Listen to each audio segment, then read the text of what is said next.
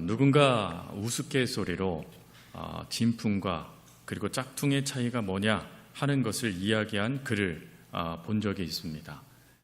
비가 오면 짝퉁과 그리고 진품을 구별할 수 있는데 비가 올 때 진품 가방을 가진 이는 가슴에 품고 짝퉁 가방을 가진 이는 머리에 쓴다라고 이야기합니다. 그런데 이것은 그냥 우스갯소리지 실제는 어떻습니까? 여러분, 진품과 명품과 짝퉁을 구별할 수 있으십니까? 이거는 딱 봐도 진품일세, 이렇게 즉시 이야기할 수 있는 이들은 없을 겁니다. 제가 인터넷으로 진품과 그리고 가짜, 짝퉁을 구별할 수 있는 방법, 그것을 리서치해 보니까 그 중에 한 전문가가 이렇게 얘기합니다. 이것을 만든 이도 짝퉁을 골랐다. 그 정도로 짝퉁은 우리가 쉽게 구별할 수 없다라는 것입니다. 그런데 단지 가방, 옷과 같은 그런 의류와 그런 것에만 짝퉁이 있는 것이 아니라 안타깝게도 신앙생활, 즉 하나님을 믿는 종교인, 신앙인들조차도 이러한 짝퉁 신앙을 가진 이들이 있다라는 것입니다. 여러분 어떠세요? 그러면 저분이 진품 신앙인지 가짜 신앙인지 여러분 구별할 수 있으십니까? 딱 보니 사기꾼일세, 여러분 이렇게 확인할 수 있으십니까? 우리 김영동 교수님처럼 관상학을 좀 배워본 것도 아니고 또 신앙이 하나님이 즉시 무전을 주셔서 야 가짜다 이렇게 말씀도 안 해주시니 사실은 우리는 분간할 수 없습니다. 그래서 정말 믿음 안에서 교제한다고 했지만 어느 순간 보니까 가짜고 또 이단이고 사기꾼인 경우들을 너무 쉽게 우리들이 경험하게 되어지죠. 그러면 정말 진품 신앙, 명품 신앙과 짝퉁 신앙, 가짜 신앙을 구별할 수 없을까? 오늘 본문은 이에 대하여 구별할 수 있다라고 하시면서 각각 세 가지의 중요한 말씀들을 하십니다. 즉 진품 신앙은 어떤 특징이 있고 또 짝퉁 신앙은 어떤 특징이 있다라는 것을 오늘 본문을 통해서 하나님께서 우리들에게 말씀해 주신다라는 것입니다. 그러니 이 세 가지, 이 각각 주어지는 세 가지만 우리가 잘 기억하고 또 적용하면 진품이시구나, 이 가짜네, 이 정도는 우리가 어느 정도 구별할 수 있다는 것이죠. 먼저 명품 신앙에 세 가지의 특징이 있습니다. 그 세 가지의 특징을 8절 말씀에 기록해 놓고 있는데 우리 8절 말씀을 다시 한번 읽겠습니다. 스데반이 은혜와 권능이 충만하여 큰 기사와 표적을 민간에 행하니. 아멘. 여러분 여기에서 첫 번째 진품 신앙의 특징이 나오는데 그것은 은혜가 충만한 삶이 바로 진품 신앙이라는 것입니다. 여러분 은혜라는 이 단어가 헬라어로 카리스라는 단어죠. 이 카리스라는 단어는 우리가 잘 알고 있듯이 받을 자격 없는 자에게 하나님이 허락하시는 사랑, 그것이 바로 카리스입니다. 근데 그 은혜가 오늘 스데반이 어땠대요? 충만했대요. 여기서 이 충만하다라는 이 단어는 차고 넘치다라는 뜻입니다. 즉 하나님께서 부어주시는 그 은혜가 스데반의 삶을 뒤덮고도 남는 하나님의 사랑이었다라는 것입니다. 그럼 여러분 이 은혜 우리들도 사실은 갈망하는 것 아니겠습니까? 신앙생활을 하고 하나님을 믿으면서 우리가 가장 많은 쓰는 단어 중에 하나도 은혜라는 단어인데 도대체 이 은혜 어떻게 하면 우리가 충만히 받을 수 있겠습니까? 오늘 그 말씀, 그 뜻은 바로 이 은혜라는 단어를 조금 더 깊게 살피면 알 수 있어요. 이 은혜라는 단어의 헬라어가 카리스라고 말씀을 드렸어요. 그런데 이 카리스는 하나님께서 자격 없는 자에게 무조건적으로 주시는 은혜이지만 사실은 이 말은 조금 틀린 말입니다. 왜 그러냐면 이 카리스라는 단어는 특정 대상들에게만 주어지는 단어입니다. 즉 예수 그리스도를 믿는 자녀들, 하나님의 자녀가 된 자들에게만 허락되어지는 단어가 카리스, 은혜라는 단어예요. 그래서 이 카리스라는 단어가 쓰여지면 즉시 주석학자들은 무엇을 먼저 언급을 하냐면 하나님과의 관계 속에서 라는 말을 먼저 이야기합니다. 즉 하나님이 하염없이 우리들에게 사랑을 부어주시는데 그냥 부어주시는 것이 아니라 하나님과의 관계가 올바로 되어져 있을 때에 비로소 하나님은 그 은혜와 사랑을 우리에게 부어주신다라는 것입니다. 그러면 스데반이 하나님과의 관계 어떻게 유지하고 더 강화할 수 있었습니까? 이 답이요 6장 4절에 나와 있죠. 지난주 말씀 살핀 말씀에 사도들이 이렇게 말했습니다. 우리는 오로지 기도하는 일과 말씀 사역에 힘쓰니라. 즉 사도들의 그 가르침을 이 스데반이 힘써 말씀을 배웠고 그리고 온전하게 기도하며 오로지 기도하는 일에 최선을 다하여 집중했다라는 것입니다. 즉 우리가 하나님의 은혜를 경험하고 그리고 그 은혜를 매 삶 속에 충만히 채울 수 있는 방법은 이 두 가지밖에 없다라는 겁니다. 말씀과 기도. 늘 우리가 왜 말씀을 읽어야 됩니까? 왜 우리가 기도해야 됩니까? 그것은 그렇게 기도하고 말씀을 볼 때 하나님과의 관계가 유지되게 되어지고 하나님과의 관계가 유지되는 이들에게 하나님은 카리스, 은혜를 부어주시기 때문입니다.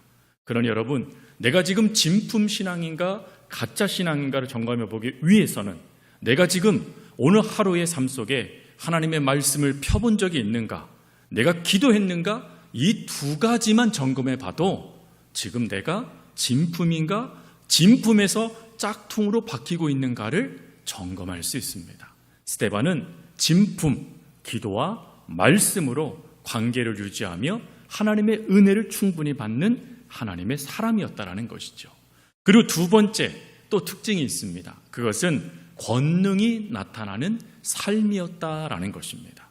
여러분, 우리가 기도할 때 이렇게 기도하죠. 하나님 권능, 능력을 주시옵소서. 그리고 저를 위해서도 기도해 주실 때 능력을 7배나 더하여 주옵소서라고 여러분 저희 위해서도 기도 그렇게 하시잖아요. 그런데 오늘 말씀을 잘 보세요. 오늘 말씀을 잘 보면 우리가 그렇게 요청하고 기도하는 권능이라는 이 단어가 무엇 다음에 나옵니까? 은혜라는 다음에 나옵니다. 이건 뭘 의미하는 것일까요? 권능, 즉 선한 영향력을 끼쳐 하나님께 영광이 되어지는 이 삶이 나타나는 출발점이 어디냐? 그것은 은혜 받을 때라는 것입니다. 하나님의 은혜를 충만하게 받아야 내 안에서 그것이 역사가 되고 힘이 되어져 하나님을 드러내는 선한 영향력이 되어질 수 있다는 것이에요. 그래서 여러분, 우리가 지금부터는 기도의 순서를 바꾸셔야 돼요. 이제 누군가를 위해서 기도해 줄 때 하나님 능력의 종이 되게 해주셔라고 기도하기보다 뭐가 먼저 필요합니까? 은혜가 먼저 필요해요. 그래서 우리는 이렇게 기도하셔야 됩니다. 하나님, 하나님의 은혜가 충만한 하나님의 사람이 되게 해주시고 그리고 그 은혜가 선한 영향력으로 나타나는 하나님의 사람이 되게 해주세요 라고 우리는 기도해야 돼요. 여러분, 스데반이 그랬어요. 하나님의 은혜가 충만하니까 어찌합니까? 오늘 말씀해 보니까 큰 기사와 표적을 민간에 행하니라. 선한 영향력이 교회 안에만 머물러 있었던 게 아니라 교회 밖으로 넘어가 교회 주변에 있는 이웃들에게도 그 선한 영향력을 나타내는 하나님의 사람이 되었다라는 것입니다. 기억하십시오. 은혜가 충만하면 충만한 그 은혜의 사람들은 선한 영향력, 하나님의 능력을 나타내는 삶이 반드시 주어진다는 것입니다.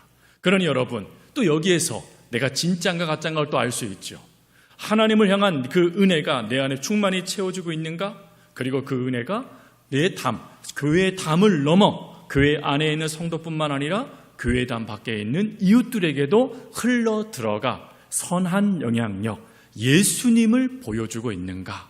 우리는 이것을 통해서도 내가 지금 진품인가 아니면 점점점 변질되어져 짝퉁으로 바뀌고 있는가를 점검할 수 있습니다. 그리고 세 번째가 지혜와 성령으로 말하였다라고 되어져 있어요. 즉 스데반의 입술에 무엇이 가득했다라는 뜻일까요? 스데반의 입술에 하나님이 가득하였다라는 뜻입니다. 특별히 이 지혜라는 이 단어가 나오는데 이 단어는 똑똑함을 말하지 않아요. 지식의 많고 적음을 이야기하지 않습니다.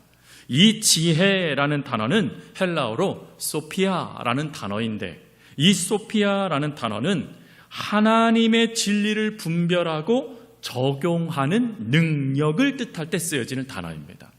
즉 하나님의 지혜가 무엇인지, 하나님의 뜻이 무엇인지, 하나님이 말씀하신 그 의미가 무엇인지를 분별할 수 있는 능력, 그게 지혜라는 거예요. 여러분, 이 지혜는 우리에게 정말 필요해요. 특별히 요즘과 같은 사회를 보세요. 점점점 악해져 가고 수많은 이단뿐만 아니라 세상 속에서 그리스도인으로 산다는 것이 참 많은 도전을 받는 시대에 우리가 살아가고 있어요. 근데 이런 시대에 우리가 분별할 수 있는 지혜가 필요하잖아요. 하나님의 뜻이 무엇인지, 그리고 하나님께서 무엇을 또 이 땅 가운데 살아가기를 원하시는지 이것들을 판단할 수 있는 지혜가 필요하잖아요.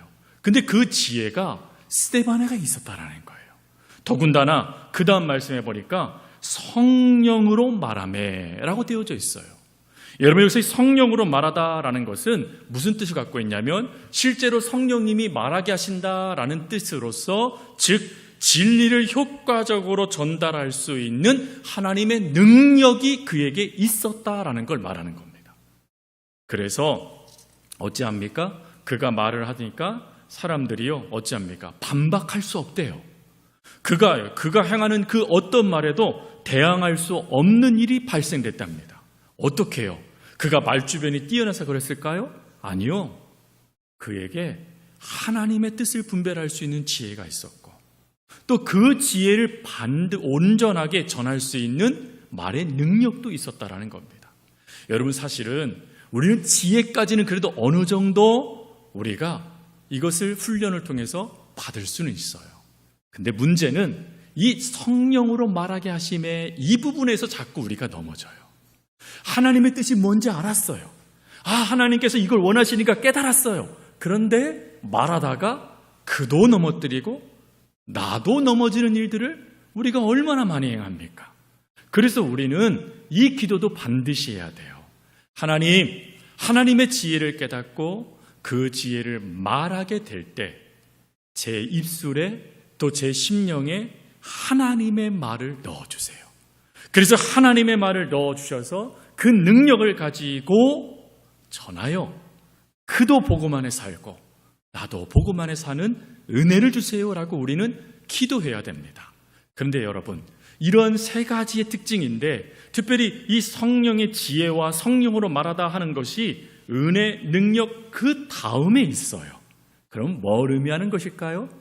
결국 뒤에 판단하고 분석하고 말하는 이 모든 것의 출발은 먼저 은혜 받는 게 출발이고, 그 하나님의 은혜를 받고 그 은혜 속에 선한 영향력을 펼치기 위해서 삶을 살아가면 하나님께서 우리가 무엇을 해야 될지 분간할 수 있는 지혜도 주시고, 그리고 바르게 말할 수 있는 성령의 능력도 주신다는 뜻입니다. 그러니 이 세 가지의 모습이 내 안에 있는가? 하나라도 내 안에 있는가? 그러면 진품이에요, 진품. 자, 여러분 어떠세요? 진품이십니까? 웃지만 마시고요. 자, 그러면 이제 짝퉁이 또 나와요. 짝퉁은 또 어떤 특징이 있는가? 여러분, 먼저 말씀드릴 거, 우리가 하나님의 은혜 안에 있고 또 우리가 선한 영향을 끼치기 위해서 성화되어져가는 삶을 살아가고 있잖아요. 그리고 여러분들의 말도 언제나 조심하잖아요. 그리고 언제나 애를 쓰시잖아요. 그리고 여러분들은 진품이에요. 그런데 분간해야 돼요. 뭐를? 짝퉁의 모습을요. 그래야 내가 더 진품의 가치를 드러낼 수 있지 않겠습니까? 그래서 짝퉁을 좀 이야기해 주는데, 그 짝퉁을 오늘 말씀 11절 말씀해 보니까 뭐라고 되어 있냐면 이에 사람을 매수하여 말하게 하되라고 되어져 있어요. 즉 짝퉁의 첫 번째 짝퉁의 특징이 있어요. 짝퉁 신앙인의 정체성이 있는데 그것은 뒤에서 조작하는 사람들이라는 거예요. 여러분 오늘 본문 우리가 11절에 매수했다라고 되어져 있어요. 이 매수하다라는 이 단어가요, 헬라어로 휘포발론이라는 단어인데, 이 휘포발론이라는 뜻은 은밀하게 선동하다라는 뜻을 갖고 있어요. 즉 은밀하게 뒤에서 조작을 해서 그 스데반의 그 대항할 수 없는 모습에 잘못된 것들을 조장하여 스데반을 넘어뜨리고자 행하는 모습이 바로 조작하는 모습이에요. 그럼 여러분, 왜 이들이 이렇게 조작을 했을까요? 자신들이 직접 나서서 너 잘못됐어, 너 가짜야 라고 말하면 될 법한데 왜 다른 사람을 선동해서 말하게 했을까요? 그것은 이들이 율법을 알았기 때문에 그렇습니다. 여러분, 10계명 중에 9계명이 뭐죠? 10계명의 9계명, 내 이웃에 대하여 거짓 증언하지 말아라. 이게 9계명입니다. 하나님은 그것을 아예 못 바꾸셨어요. 잘못된 말, 거짓된 말을 행함으로 내 이웃을 향하여 모함하거나 그를 거짓되게 고소하지 못하도록 막으셨어요. 그래서 이걸 확장해서 신명기와 레위기를 보니까 그 죄를 하나님이 목숨으로 묻겠다고 말씀하셨어요. 그러니 거짓 증언하는 이것은 하나님 앞에서는 큰 죄인 겁니다. 이들이 이걸 알았어요. 그럼 뭘 말하는 겁니까? 자신들도 잘못하고 있다는 걸 안 거예요. 즉 지금 스데반이 이야기하는 저 역사와 그 말이 옳고 자신들이 틀렸다라는 걸 알았다라는 거예요. 그러면 회개하면 되잖아요. 그런데 짝퉁신앙인은 그걸 못한다라는 거예요. 오히려 더 잘못된 말, 더 잘못된 것들을 행함을 통해서 그 사람을 무너뜨리는 악한 행동을 하고 만다라는 것입니다. 여러분, 그럼 이거 오늘날에는 없을까요? 오늘날에도 있어요. 여러분, 누군가와 의견이 대립되셨어요. 싸웠어요. 말다툼했어요. 그럼 여러분, 이 문제를 정면으로 대화로 푸십니까? 아니면 다른 사람과 이야기하여 이 문제를 푸십니까? 어떻게 하세요? 대부분은 정면으로 풀지 않죠. 누군가에게 그 이야기를 하여 누군가의 지지를 받아서 그 문제를 해결하려고 오늘날에도 나타납니다. 이 무슨 신앙이라고요? 짝퉁 신앙이요. 가짜라는 거예요. 아니요. 성경 말씀은 분명해요. 우리가 누군가와 다툰 일이 있으면 예물조차도 내려놓고 그와 화해하고 와서 예물을 드리라고 말씀하셨어요. 즉 그와 직접 만나 그 문제를 풀어가라라고 말씀하셨지, 뒤로 뒷담화하면서 그를 무너뜨리거나 그를 음해하지 말라라고 말씀하셨어요. 그러니 이런 모습이 우리 가운데 없어야 된다는 겁니다. 그리고 두 번째가 13절과 14절 말씀해 보니까 이들이 무엇을 하냐면 진실을 왜곡해 버립니다. 여러분, 분명한 것은 스데반의 설교가 이제 뒤에 쭉 나오게 되지만 사실 스데반의 이야기는 하나예요. 예수 그리스도가 구원자라는 겁니다. 그리고 그 예수님이 우리를 위해서 죽으셨다는 것을 설교로 풀어냅니다. 이 스데반의 핵심이에요. 그런데 이들은요, 이 놀랍도록 어찌하냐면 거짓 증인을 통하여 이 진리를 왜곡시켜버려요. 특별히 성경에 거짓 증인이라는 이 말이 참 중요한데, 이 거짓 증인이라는 이 말 뜻은 실제로 꾸며낸 것을 말하는 것을 말하지 않습니다. 이 원 의미는 진실을 교묘하게 비틀다라는 뜻을 담고 있어요.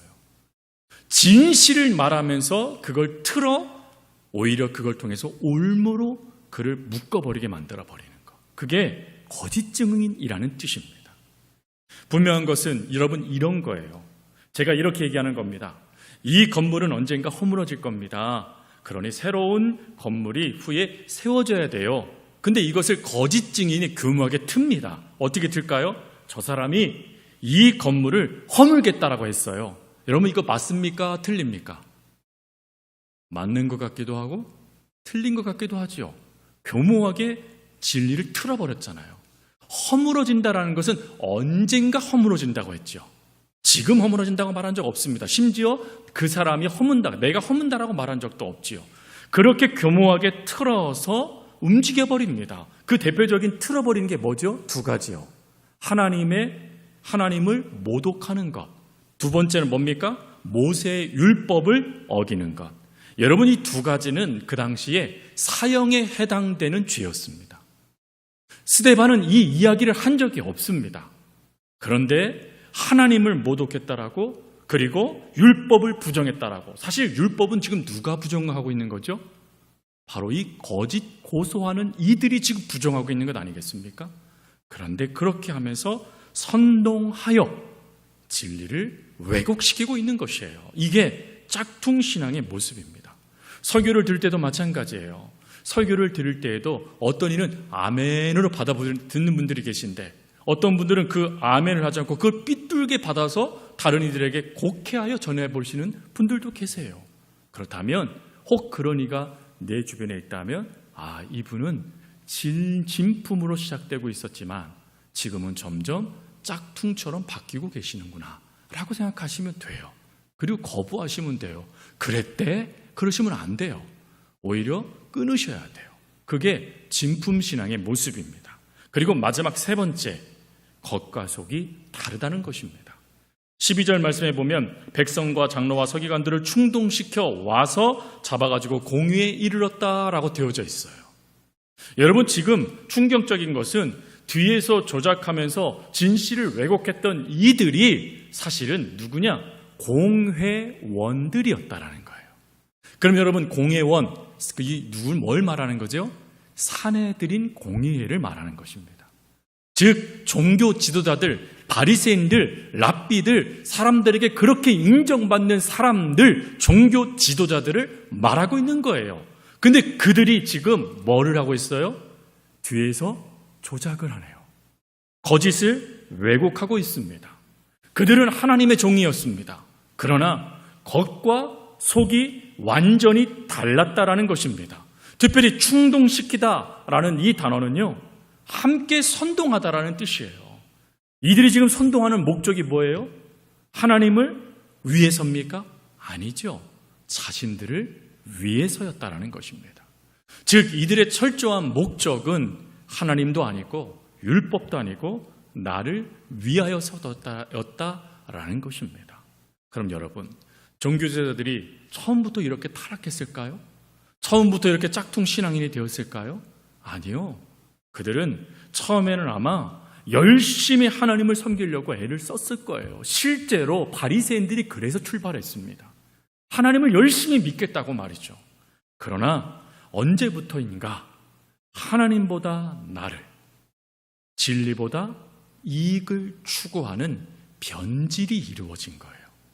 변질이 이루어지게 되어지니까 진짜 신앙인이 나타나니 거기에 위협을 느끼고 오히려 진짜 신앙인을 죽이려고 공의회를 소집하고만 것입니다.